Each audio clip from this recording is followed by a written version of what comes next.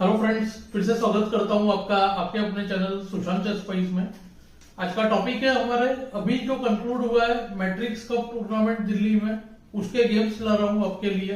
तो जैसे मैंने पहले बताया था, मैं टूर्नामेंट के लिए जा रहा हूं, तो मेरे गेम्स में से जो एनालिसिस है आपको बताऊंगा किस तरह से कैलकुलेशन मैंने किया है और काफी दिन के बाद खेलने के बाद क्या फर्क आता है। चलिए देखते हैं। तो पहला गेम है, देखिए बुडापेस्ट गैम्बिट हुआ था, D4 NF6 C4 E5। Opponent का रेटिंग अराउंड 1450 था। तो यहाँ पे ओपोनेंट ने देखिए out of book D takes E5 करना जरूरी होता है। NF3 खेला, गैम्बिट डिक्लाइन किया और यहाँ पे मेरा प्रिपरेशन था E4 करना भी चाहिए। EDV एक ऑप्शन डिसेंट है, तो E4 किया मैंने। E4 को नाइट D2। व्हाइट का जो पोजीशन है काफी हद तक आप देखोगे फ्रेंच के जो क्लासिकल सिस्टम्स होते हैं उसका जो रिवर्स टाइप का पोजीशन है ये। यहाँ पे मैं हमेशा D5 करना प्रेफर करता हूँ। पॉइंट ऐसा है कि अगर CD5 ले यहाँ पर तुरंत तो BD6 करना। तो ये मेरा पार्ट ऑफ प्रिपरेशन है। गैम्बिट स्टाइल में खेल रहे, बिशप F5 क्वीन E7, इस तरह से हम E4 को सपोर्ट दे सकते हैं अगर व्हाइट NC3 और QC2 करे तो। अपोनेंट ने खेला देखिए NC3, प्रेशर रखा D5 पर। अब यहाँ पे C6 करना शायद सबसे बेस्ट ऑप्शन है, पर मैंने सोचा ट्रांसपोज करते हैं तो BD6 खेला। तो अपोनेंट ने CD5, ऑलमोस्ट ये ट्रांसपोज हो गया। अब E4 अटैक्ड है तो बिशप F5। तो इस स्ट्रॉन्ग पॉइंट को सपोर्ट देना जरूरी है। यहाँ पे बहुत इंटरेस्टिंग ऑप्शन लगता है E3। थोड़ा देर मैंने इसको सोचा था, E3 FE, और मैंने यहाँ पे नाइट D5 वो एक्चुअली मिस किया था, पर पोजीशन इतना अच्छा नहीं है, पर कर सकते हैं। बिकॉज देखिए अगर ND5 करे यहाँ पर तो देखिए queen H4 check, on the spot winning. G3 को भी G3 होगा और फिर टेक्स चेकमेट हो जाएगा। ऑफ कोर्स कोई व्हाइट प्लेयर इसमें फंसेगा नहीं। ND5 को यहाँ पे नाइट E4 के बाद या नाइट F3 के बाद ये पोजीशन हम विनिंग नहीं कह सकते। NF3 के बाद कंपेंसेशन है और नाइट E4 के बाद मेरे ख्याल से व्हाइट का जो पोजीशन है थोड़ा सा बेटर है, पर E3 एक इंटरेस्टिंग ऑप्शन है। Anyway bishop F5 better choice था। यहाँ पे मैं काफी देर तक QC2 मूव के बारे में सोच रहा था, क्योंकि दिखने में लगता है QC2 के बाद E4 जाएगा, तो मैंने बिशप F5 में थोड़ा टाइम स्पेंड किया था। हालांकि ये मेरा प्रिपरेशन था, पर मुझे याद नहीं था QC2 को क्या करना चाहिए। तो QC2 को शायद कैसल सबसे बेस्ट है।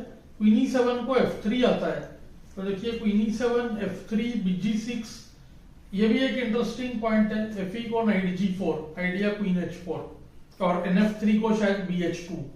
लेकिन अब भी मैं कहूंगा ये पोजीशन इतना क्लियर नहीं है, इससे काफी बेटर मूव है कैसल।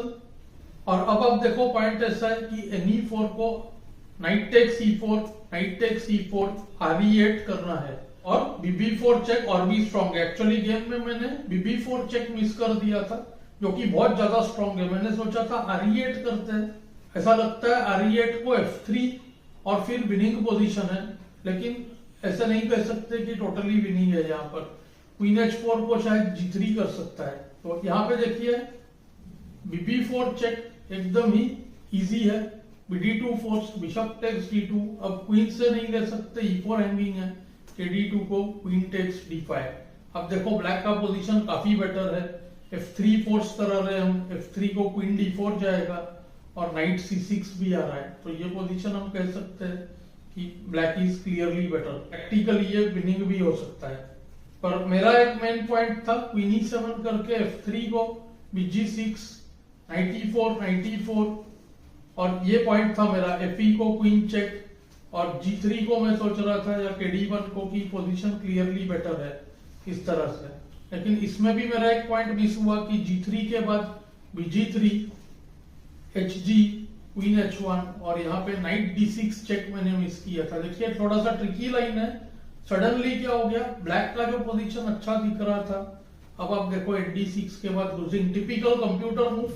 ये मैंने घर में जब एनालाइज किया तो देखा, अरे कंप्यूटर तो व्हाइट का विनिंग बता रहा है। पॉइंट क्या है, ND6 चेक, CD को क्वीन C8 विनिंग, और नहीं मारने पर क्वीन टेक्स C7 भी हो रहा है। तो यानी कि ये जो पोजीशन है, जो दिखने में लग रहा था ब्लैक का सही है, वो इतना अच्छा नहीं है। देखिए इस तरह से अगर हम हमारे एनालिसिस को कंप्यूटर से मैच करें और देखें कि हमारा कैलकुलेशन और उसका जो मूव फाइंडिंग है दोनों में क्या फर्क आ रहा है, तो सबसे ज्यादा फायदा होता है। तो मैंने इस पॉइंट पर छोड़ दिया था, देखिए क्वीन H1 को, उसके थोड़ा आगे उसने देखा और फोर्स मूव भी है उसके बाद। एनीवे ओपोनेंट QC2 करता तो मैं कैसल कंसीडर करने ही वाला था, पर मुझे पता नहीं, शायद मैं QE7 भी कर देता। तो ओपोनेंट ने खेला QB3। अब इस पॉइंट तक मेरे ऑलमोस्ट देखिए 5-1 मिनट हो चुके थे, 4-5 मिनट, रिलेटिवली फास्ट खेला था मैंने। यहाँ पे मैंने काफी टाइम लगाया, अराउंड 5-6 मिनट, यहाँ पे 8 मिनट्स हो गए थे क्लॉक पे। और अब देखो मूव 7 है, यानी कि ऑलरेडी इसमें मुझे कुछ गेन भी हुआ था 30 सेकेंड्स पर मूव। मेन लाइन मेरा इधर था कैसल। कैसल को आइडिया ऐसा है कि क्वीन B7 को नाइट D7, पर मैं श्योर नहीं हो पा रहा था कि NC4 NB6 के बाद क्या ये प्ले इनफ है पॉन्स के लिए। 2 पॉन दे चुके हैं हम, पर थोड़ा कंपेंसेशन तो है, स्पेशली अगर ND6 CD करे तो आप देखो रूक B8 ND5 हो रहा है, तो यहाँ पे पॉन के लिए रीजनेबल प्ले है। तो थोड़ा सा मिसजज हुआ मेरा, मैं इतना श्योर नहीं था, तो मैंने पॉन देना प्रेफर नहीं किया। जनरली मैं काफी इजीली पॉन्स दे देता हूँ, पर इस गेम में मैंने सोचा फर्स्ट गेम है, 2 पॉन्स देना इवेल्युएशन वाइज कन्विंसिंग नहीं लग रहा था, तो मैंने खेला B6। B6 थोड़ा खराब मूव है यहाँ पर। ओपोनेंट ने खेला NC4। ओपोनेंट के भी काफी मिस्टेक्स हुए हैं।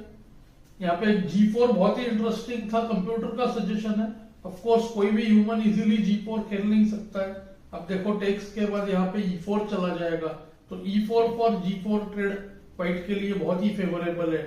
और आप देखो रुक G1 आ रहा है, तो यानी कि व्हाइट का जो पोजीशन है काफी बेटर है।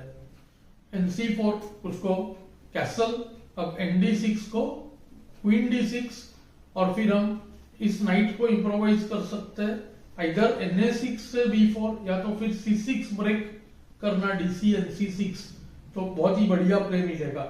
तो मैं सोचा था कि शायद ओपोनेंट ND6 करना ही चाहता है यहाँ पर ओपोनेंट ने खेला BG5, जो कि इतना खराब नहीं है। पॉइंट देखिए कैसा है, F6 नाइट को पिन रखा है, तो D5 नहीं जाएगा, और यहाँ पे मुझे कुछ इंप्रूविंग मूव करना पड़ेगा। शायद उसने सोचा मैं ND7 करूं, तब वो ND6 ले, या रुक C1 NB5 करे। तो मैंने रुक E8 खेला, यूजफुल मूव है। E3 करना चाहते हैं। व्हाइट का जो डेवलपमेंट है देखिए, किंग साइड का कुछ हुआ नहीं है, तो मैं चाहता था कि एक कोई पॉइंट पे E3 का यूज करूं। ओपोनेंट ने खेला रुक C1, और यहां पर अब मैंने सोचा कि अब कुछ अलग आइडिया करना जरूरी है, क्योंकि H6 भी H4 में कुछ फायदा नहीं हो रहा है। ओपोनेंट चाहे तो देखिए उसका एक थ्रेड भी है, तो देखिए for example H6 BF6 queen F6 ND6, यहाँ पे CD ही मारना पड़ेगा, क्योंकि QD6 को NB5 और फिर N takes C7 हो रहा है, तो व्हाइट का पोजीशन बेटर लग रहा है। तो मैंने खेला देखिए B7, BF8 और B7 दो आइडियाज थे, लेकिन B7 में क्या हो रहा है, नाइट टेक्स D5 के ऑप्शंस बन रहे हैं, और मैं चाह रहा था कि कोई पॉइंट पे C6 करूं, DC NC6 होगा। और एक आइडिया है, मैं अब नाइट G4 के लिए भी प्लान कर रहा था, night G4 followed by E3। अब यहाँ पे ओपोनेंट ने किया मेरे हिसाब से फर्स्ट एक्चुअल मिस्टेक, जो था ND2 कंसेप्चुअल मिस्टेक। नाइट पीछे लेके D5 को सपोर्ट दिया, जिसका कोई जरूरत नहीं था, इनडायरेक्ट सपोर्ट था ही उधर। और अब मैंने किया G4। इस जगह पे मैंने काफी सोचा, क्योंकि यहाँ पे मैं ऑलरेडी टैक्टिक्स के लिए ट्राई कर रहा था, डेवलपमेंट थोड़ा ज्यादा है। देखिए G5 पे डबल अटैक है, तो मैं सोच रहा था शायद ओपोनेंट BE7 QE7 और यहाँ पे E3 करेगा, तो ये मैं सोच रहा था, क्योंकि NF2 का थ्रेट है यहाँ पर, H3 को NF2 KF2 E3 होगा। मेरे ख्याल से अब ब्लैक को प्रैक्टिकली काफी प्ले मिल चुका है। अब ओपोनेंट ने किया बहुत ही खराब मूव, बिशप F4। आप लोग जानते हो मैंने बार बार बताया, exchange in order not to retreat, ये करना चाहिए था। बिशप F4 से मूव वेस्ट हो गया, पर यहाँ पे मुझे एक्चुअल कॉम्बिनेशन ढूंढने में थोड़ा टाइम लगा, और पॉइंट ऐसा था मैं NF2 करना ही चाह रहा था, पर देखिए NF2 हो नहीं रहा है। NF2 KF2 E3, just bishop takes E3 कर सकता है। तो यहाँ पे काफी देर बाद मुझे पॉइंट मिला कि BD6 करना चाहिए। अराउंड 10 मिनट सोचा मैंने इधर।